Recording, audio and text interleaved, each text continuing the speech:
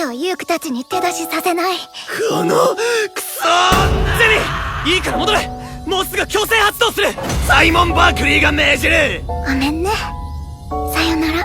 ゼニー、装備者レインよ、僕を助け。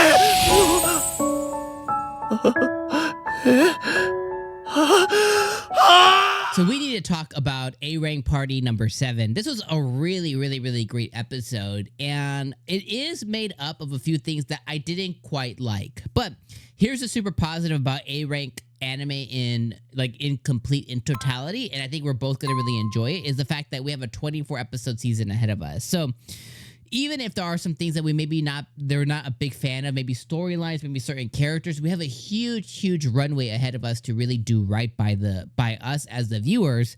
Obviously, that still has a moment for the show to potentially fumble the bag, but I'm gonna have hope here that the good that I really like about this show, we're gonna have 24 episodes to potentially see those things come to fruition. Now, with this episode, a lot of stuff happened. I think the coolest thing that we discovered in episode number 7 was more about the abyss and the fact that other worlds exist. And we got schooled, we got given a life lesson through what Yuke was telling all the girls, is that, you know, he's theorized for a while, but he's kind of fully put it together, that the abyss, or the abyss, gate of darkness, whatever, are gates to other worlds. And we're basically solidifying the fact that there's a multiverse, or that there is a universe to where other worlds that also have gates exist.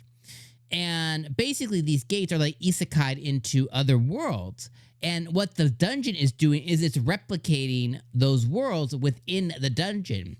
So there's a chance that as they continue to investigate the abyss darkness, that they're gonna come across different worlds, and they show some of them already, right? Like a New York, or like a Tokyo, like Egypt, like certain parts of the world. And there's a chance that they could find a world where they go into the past, like, you know, ancient Japan, ancient China.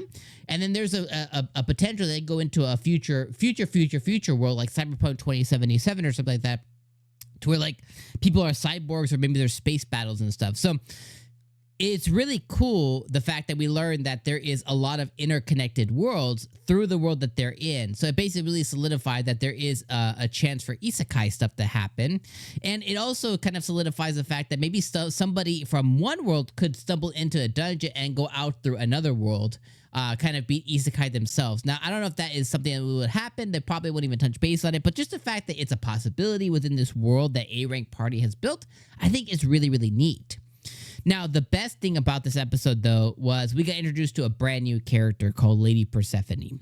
Now, this Lady Persephone girl is the arbiter, or the controller of life and death, which I just find incredibly interesting. And they end up stumbling upon a house in a random level of the dungeon, and this old lady tries to get them to come inside, like invite them into her house. Yuke, being very like diligent, is like, nope, not doing that. We're adventurers. You're here. It's weird. You're in a dungeon. And my first thought was like, oh, vampire. Because if you guys know anything about vampires, you know, like, it's one of those things where the vampires have to be invited inside the house, or else they can't enter the entryway stuff. But it was kind of the reverse of that. But instead, it ended up being that she went, okay, game's over, joke's over.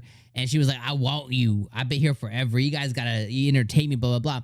So he basically stumbled upon, again, the arbiter of life and death. And to kind of escape her grasp or clutches, he was able to think very quickly about a folktale or story that he's heard in his life about a hero who has also come across this Lady Persephone and been able to tell about it, where they say something to the effect of, I promise to come to you later once my time in this world has ended, which I was like, oh, that is a really cool statement to say. And what she did was she kind of gave him like the kiss of death. Like, she kind of put a curse on him. So this Lady Persephone lady took a real big liking to our guy Yuke, but it's kind of hard to say whether that curse is going to be something beneficial and good to him that ties him to the Lady of Life and Death, or if that's truly a curse that's going to really just debilitate his life. And it also remains to be seen if the church or some other powerful being within his current world can remove said curse. So it's kind of hard to say, but the Lady Persephone lady, I thought that was just a really cool introduction to that character. And then it kind of like put a bow into the learnings about the world we're in, the worlds that they're connected to, and more about the dungeon. So I really, really love that quite a bit. Now, what I don't like the Thunderpike stuff. I think the Thunderpike story is a little silly, is a little stupid. You know, and obviously it's intentional. You know, throughout the whole time, Yuke is like, I thought you were just like, you know, as he's talking to Simon, the main guy for the Thunderpike, he's like, I thought you were just a big dumb idiot, but it turns out that you're way worse than what I even imagined. And the Thunderpike, Simon specifically, the whole party ends up following Yuke through the dungeon, and they end up capturing him and Rain and Silk and Marina and all of the girls and stuff like that. They end up putting slave collars on Rain for sure, but maybe all of them. And then Yuke proceeds to get his ass kicked. Now, that's where I want to stop right there. Is Yuke has proved over and over and over that he's a S rank party. He's a S rank level adventurer. A rank for sure, but you know, he's potentially S rank. And although he is super reliant on his tools and the things that he has within his, you know, goodie bag and stuff, he's not powerful. And I think that if he really wanted to, he could have kicked Simon's ass. And that's been my whole problem with him and interacting with the party, is I feel like he's levels and leagues above them, but he still allows himself to be controlled, manipulated, abused by this party. Even in this situation, he was getting his ass whooped by Simon, getting kicked in the face. And I was like, dude, get the fuck up. Do something about this. Use your powers, debilitate him. Use your curse. Use your this. Use your gravitational power. Use whatever, all these tricks he has in his bag. It's like, use some of them. You know what I mean? Again, I know he got his bag taken away, but I'm talking about like his, like, you know, bag of tricks that he doesn't need, you know, items for. But he doesn't. He doesn't have that moment, and I don't know if it's one of these where he wants to continue to see the good in him, or he's just being too much of a hero dumbass. It's really hard to say. But he almost gets, you know, tricked into signing some stupid ass document or whatever. But thankfully, the dungeon saved him, and then finally the party member Jamie saved him, which we've been waiting for her to break for a while, and she finally broke this episode. And you know, she got one over on Simon, and ogres were attacking, and you know, Yuke got threatened 9 ways to Sunday, but you know, Jamie stopped Simon from doing what he was trying to do. Simon, you know, finally left his other party members behind because they got injured with falling from the dungeon, and he was like, I'm out. So his other party members finally got to see what a POS he is, you know, even though they've been stupidly, blindedly, Delulu ass following him, you know, wherever he says, whatever he does. And they are very villainy as it is as well, too. But he left them behind, and then he injected himself at the end of the episode. He injected himself with some kind of like, I don't know, serum or something on his neck.